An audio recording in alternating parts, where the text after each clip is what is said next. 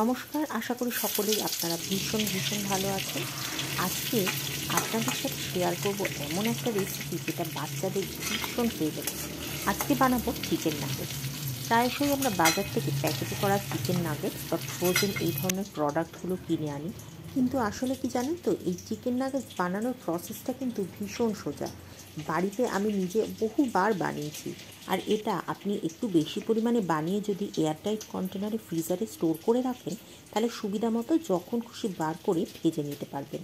তাহলে চলুন শুরু করা যাক আজকের রেসিপি। নাগেটসটা বানানোর জন্য বেশ কিছু প্রিপারেশান প্রথমে করার দরকার পড়ে, সেটা আগে করে নিচ্ছি। নিয়েছি 3টে পাউরুটির স্লাইস। প্রথমে পাউরুটির স্লাইসগুলোর ধারগুলো আমি কেটে ফেলে দিচ্ছি বলে ভুল হবে, আমি ফেলছি না। প্রথমে পাউরুটির ধারগুলোকে আমি কেটে নিচ্ছি এবং তারপরে পাউরুটির টুকরোগুলোকে একটা মিক্সার গ্রাইন্ডারের মধ্যে দিয়ে ব্রেড ক্রাম্ব বানিয়ে নেব। আমি কিন্তু পুরো পাউরুটিগুলোরই ব্রেড ক্রাম্ব তৈরি করব। তবে আপনাদের মনে হতেই পারে যে আমি তাহলে কেটে ফেললাম কেন। আসলে যদি পাউরুটি আর পাউরুটির ধারগুলো একসাথে দিই, তাহলে আমি অনেক সময় খেয়াল করেছি যে খুব ভালো করে দুটো মেশে না, আর ব্রেড ক্রাম্বটা ভালো করে তৈরি হয় না। সেই জন্য পাশটা কেটে নিয়েছি।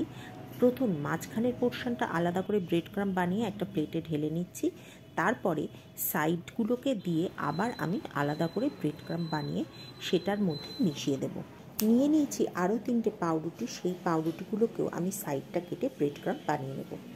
দেখুন 2 প্লেট আমার ব্রেড ক্রাম্ব তৈরি হয়ে গেছে, যেগুলো আমি পাউরুটির মাঝখানটা দিয়ে তৈরি করেছি। এবারে পাউরুটির ধারগুলো যেহেতু একটু শক্ত থাকে, সেই জন্য এগুলোকে ছোট ছোট টুকরো করে দিয়ে আলাদা করে আমি ব্রেড ক্রাম্ব বানাচ্ছি। দেখুন পাশগুলো দিয়েও আমার ব্রেড ক্রাম্বটা তৈরি হয়ে গেছে। এবারে একটা প্লেটের যে পোর্শনটা আছে, অর্থাৎ যে 3টে পাউরুটির পোর্শন আছে, সেই পোর্শনটা এই সাইডগুলোর সাথে মিশিয়ে দেব। অর্থাৎ 3টে পাউরুটির মাঝখানটা এবং 6টা পাউরুটির সাইডগুলো দিয়ে আমি একসাথে ব্রেড ক্রাম্ব বানিয়েছি। এবার এই ব্রেড ক্রাম্বের মধ্যে মিশিয়ে দেব স্বাদমতো নুন, 1/2 চামচ অরিগ্যানো, 1/2 চামচ প্যাপারিকা পাউডার আর 1/4 চামচ গোলমরিচের গুঁড়ো। সমস্ত কিছু দিয়ে খুব ভালো করে মিশিয়ে নেব। এখানে আরেকটা কথা বলার আছে, যদি প্যাপারিকা পাউডার না থাকে তাহলে তার বদলে কাশ্মীরি লঙ্কার গুঁড়ো দিতে পারেন। তবে আজকাল অনলাইনে খুব সহজেই এই ধরনের জিনিসগুলি পাওয়া যায়। সমস্ত মশলাটা ব্রেড ক্রাম্বে মেশানো হয়ে গেলে এবারে ব্রেড ক্রাম্বটা একটা প্লেটের মধ্যে ঢেলে সরিয়ে রাখবো একটা পাশে। এই মশলা মেশানো ব্রেড ক্রাম্বটা আমি চিকেন নাগেটসগুলোকে কোট করার জন্য পরে ব্যবহার করব। এবারে নিয়ে নিয়েছি একটা মিক্সিং বোল। মশলা মেশানো ছাড়া যে ব্রেড ক্রাম্বটা ছিল, সেই ব্রেড ক্রাম্বটা এবার এই মিক্সিং বোলের মধ্যে আমি তুলে নেব। ব্রেড ক্রাম্বটা মিক্সিং বোলের মধ্যে নিয়ে এবার বোলটাকে একটা পাশে সরিয়ে রাখবো। এবার নেব চিকেন নাগেটস বানানোর main ingredients, that is chicken. আমি নিয়েছি 500 গ্রাম বোনলেস চিকেন। চিকেনের টুকরোগুলোকে গ্রাইন্ড করে একদম মিহি একটা পেস্ট তৈরি করে নিতে হবে। আমার মিক্সিং জারটা ছোট, সেই জন্য আমি অল্প অল্প করে চিকেনের টুকরো দিয়ে একদম মিহি করে একটা পেস্ট তৈরি করে নিয়েছি। দেখুন আমি হাতে নিয়ে দেখিয়ে দিচ্ছি, একদম মিহি পেস্ট তৈরি হয়েছে। দেখতেই পাচ্ছেন কীরকম মিহি একদম পেস্টের মতো চিকেনটা বাটা হয়েছে। এবারে যে চিকেনের পেস্টটা তৈরি করেছি সেটা ব্রেড ক্রাম্বের মধ্যে মিক্সিং বোলের মধ্যে দিয়ে দেবো।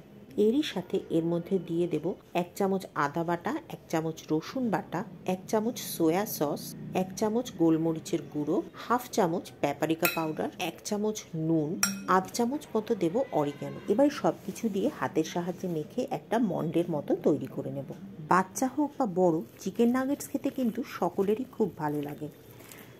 House party, cocktail party, party starter, সন্ধ্যের স্ন্যাক্স, বাচ্চাদের টিফিন বা বাচ্চাদের বার্থডে পার্টিতে যে কোনো জায়গাতেই আপনি চিকেন নাগেটস অনায়াসে সার্ভ করতে পারেন। সকলেই ভীষণ পছন্দ করবে। বাজার থেকে চিকেন নাগেটস কেনা এক্সপেন্সিভ তো বটেই, আর তার মধ্যে থাকে প্রিজারভেটিভও। বাড়িতে যদি এত সহজেই চিকেন নাগেটস বানানো যায়, তাহলে কেন বাজার থেকে কেনা হবে বলুন তো। এদিকে দেখুন কথা বলতে বলতে মিশ্রণটা তৈরি হয়ে গেছে। মিশ্রণে সামান্য একটু ব্রেড ক্রাম্ব আমি পরে আবার অ্যাড করেছিলাম, এই 2 চামচ মতো। এরই সাথে এর মধ্যে দিয়ে দিয়েছি 1 টেবিল চামচ সাদা তেল। তেলটা দিয়ে খুব ভালো করে আবারও মিশ্রণটার সাথে মিশিয়ে নেব। মিশ্রণটা আমার তৈরি হয়ে গেছে। মিশ্রণটা হয়ে গেলে পরে একবার সামান্য একটু মিশ্রণ নিয়ে মুঠো পাকিয়ে দেখে নেবেন যে মিশ্রণটা একত্রিত হচ্ছে কিনা। যদি একত্রিত হয় তাহলে বুঝবেন মিশ্রণটা একদম রেডি। এবারে একটা থালার মধ্যে সামান্য একটু তেল ঘষে নেব। এই থালার মধ্যে মিশ্রণটাকে স্প্রেড করব। আপনার কাছে যদি বাটার পেপার থাকে তাহলে বাটার পেপারের ওপরেও আপনি এই কাজটা করতে পারবেন। আমার কাছে আপাতত বাটার পেপার নেই, তাই জন্য আমি থালার উপর তেল স্প্রেড করে এই কাজটা করছি। আর আজকাল বাজারে সিলিকনের ম্যাট পাওয়া যায়, সেগুলোর ওপরেও আপনি এই কাজটা অনায়াসেই করতে পারেন। আর সিলিকন ম্যাটগুলো ওয়াশেবল, তাই জন্য বারে বারে ইউজ করতেও সুবিধা হয়। চিকেনের মিশ্রণটা থালার মধ্যে নিয়ে হাত দিয়ে এইভাবে চেপে চেপে পুরো থালায় স্প্রেড করে দেব। এমনভাবে স্প্রেড করতে হবে যাতে এটার থিকনেস থাকবে 1/2 ইঞ্চির একটু কম। মিশ্রণটা থালাতে স্প্রেড করা হয়ে গেলে আমি মিনিট 10 জন্য এটাকে ফ্রিজের মধ্যে রেখে দেবো। ফ্রিজারে নয়, এমনি নর্মাল ফ্রিজে রাখছি। মিশ্রণটা যতক্ষণ ফ্রিজে ঠান্ডা হচ্ছে ততক্ষণ বাকি কাজগুলো সেরে নিচ্ছি। নিয়েছি একটা ডিমটাকে ফেটিয়ে নেব। দিয়েছি সামান্য একটু নুন, আর এর মধ্যে দেবো সামান্য একটু গোলমরিচের গুঁড়ো। গোলমরিচের গুঁড়ো আর নুনটা দিয়ে ডিমটাকে খুব ভালো করে ফেটিয়ে নেব। আচ্ছা, আমার রেসিপিগুলো কেমন লাগছে কমেন্ট করে কিন্তু অবশ্যই জানাবেন। আর ভালো লাগলে একটা লাইক কিন্তু অবশ্যই দিতে হবে। যারা আমার চ্যানেলটি সাবস্ক্রাইব করেছেন তাদের অসংখ্য ধন্যবাদ। আর যারা করেননি তাদের কাছে অনুরোধ রইল সাবস্ক্রাইব করবে। আর যদি ফেসবুক পেজ থেকে দেখেন তাহলে পেজটিকে ফলো করে নেবেন। এদিকে দেখুন, কথা বলতে বলতে মিনিট 10 প্রায় পার হয়ে গেছে। আর এদিকে চিকেনের মিশ্রণটাও একদম সেট হয়ে গেছে। এবারে এটাকে টুকরো টুকরো করে নাগেটস আকারে কেটে নেব।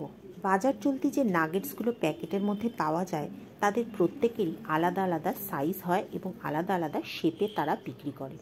আমি আজকে নাগেটসগুলো চৌকো চৌকো করে বানাচ্ছি। আপনি আপনার নিজের সুবিধা মতো এবং নিজের ইচ্ছে মতো যে কোনো শেপে এই নাগেটসগুলোকে তৈরি করে নিতে পারবেন। আমি এই মোটামুটি 1 ইঞ্চি মতো সাইজ করে কেটে নিয়েছি। নাগেটসগুলো কাটা হয়ে গেলে এবার পালা নাগেটসগুলোকে ব্রেড ক্রাম্বে কোট করা। টুকরো করে কেটে রাখা চিকেনের মিশ্রণ থেকে আমি একটা টুকরো তুলে নিয়েছি। এবারে এই টুকরোটাকে ডিমের গোলায় প্রথমে চুবিয়ে দিচ্ছি। তারপরে এবার এটাকে দিয়ে দেব ব্রেড ক্রাম্বের মধ্যে। ব্রেড ক্রাম্বের মধ্যে দিয়ে খুব ভালো করে এটাকে কোট করে নিচ্ছি। হাতের সাহায্যে একটু চেপে চেপে খুব ভালো করে কোট করে সুন্দর করে শেপ দিয়ে এবার এটাকে তুলে রাখবো একটা প্লেটের উপর। আমি সামনে থেকে দেখিয়ে দিচ্ছি, দেখুন এটা কত সুন্দরভাবে তৈরি হয়েছে। নাগেটসগুলোকে ব্রেড ক্রাম্বে কোট করা কিন্তু বেশ সময় সাপেক্ষ এবং বেশ ধৈর্যের ব্যাপার। তবে একবার যদি কষ্ট করে একটু বানিয়ে রাখতে পারেন, তবে বাচ্চা স্কুলের টিফিনে কি দেবেন আর সন্ধেবেলা স্ন্যাক্সে কি সার্ভ করবেন সেই চিন্তা থেকে আপনার একদম নেই। বেশ বড় ব্যাচে যদি বানিয়ে রাখেন তাহলে একটা এয়ারটাইট কন্টেনারের মধ্যে করে ডিপ ফ্রিজের মধ্যে আপনি প্রায় 1 মাস পর্যন্ত এটাকে স্টোর করতে পারবেন। আপনার মনে হতেই পারে কোনো রকম প্রিজারভেটিভ ছাড়া এটা কি করে 1 মাস ভালো থাকবে। একটা কথা মনে রাখবেন, নুন, তেল, ভিনিগার, চিনি এই ধরনের জিনিসগুলি কিন্তু ন্যাচারাল প্রিজারভেটিভ। যেগুলো আচারের মধ্যে প্রিজারভেশনের কাজ করে সেগুলো এইসব জিনিসও প্রিজারভেশনের কাজ করে। আচ্ছা, আরেকটা গুরুত্বপূর্ণ কথা কিন্তু বলা হয়নি। নাগেটস বানানোর সময় নাগেটসটা কিন্তু খুব মোটা করে তৈরি করবেন না, কারণ যেহেতু কাঁচা মাংস বিস্কিটের গুঁড়ো অথবা ব্রেড ক্রাম্ব দিয়ে আমরা তৈরি করি, সেই জন্য খুব মোটা করে তৈরি করলে ভাজার সময় কিন্তু ভেতরটা কাঁচা থেকে যাবে। তাই চেষ্টা করবেন একটু পাতলা করে বানানোর।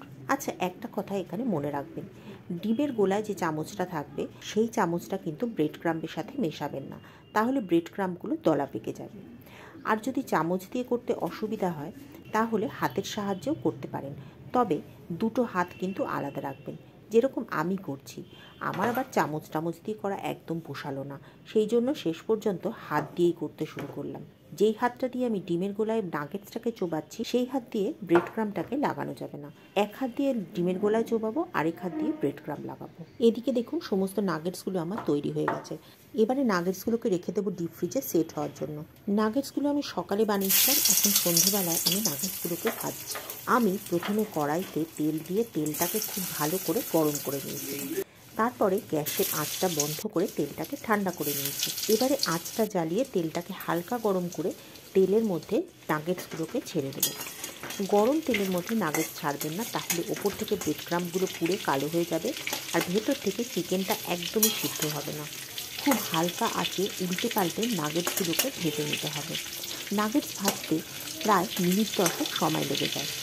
হালকা আঁচে ধীরে ধীরে নাগেটসগুলো ভাজলে পরে ভেতর থেকে চিকেনটাও খুব সুন্দরভাবে সিদ্ধ হয়ে যাবে আর ওপরে ব্রেড ক্রাম্বটাও পুরো কালো হয়ে যাবে না। নাগেটসগুলো ভাজা হয়ে গেলে তুলে নিচ্ছি একটা প্লেটের মধ্যে। চলে এলাম সার্ভ করতে। দেখুন নাগেটসগুলো কত সুন্দর ভাজা হয়েছে আর কত সুন্দর কালার এসেছে। নাগেটসটা আমি সার্ভ করেছিলাম মেয়োনিজের সাথে। আপনি চাইলে মেয়োনিজ না দিয়ে টমেটো কেচাপের সাথেও এটিকে সার্ভ করতে পারেন। আমি মাত্র কয়েকটাই এখানে ভেজেছি, তবে হাফ কিলো চিকেন দিয়ে আমার প্রায় 60টার মতো চিকেন নাগেটস তৈরি হয়েছিল। একটা নাগেটস ভেঙে আমি দেখিয়ে দিচ্ছি, দেখুন এটা ভেতর থেকে কতটা জুসি আর কতটা সুন্দর তৈরি হয়েছে। অবশ্যই একদিন বাড়িতে বানিয়ে দেখুন এই চিকেন নাগেটস।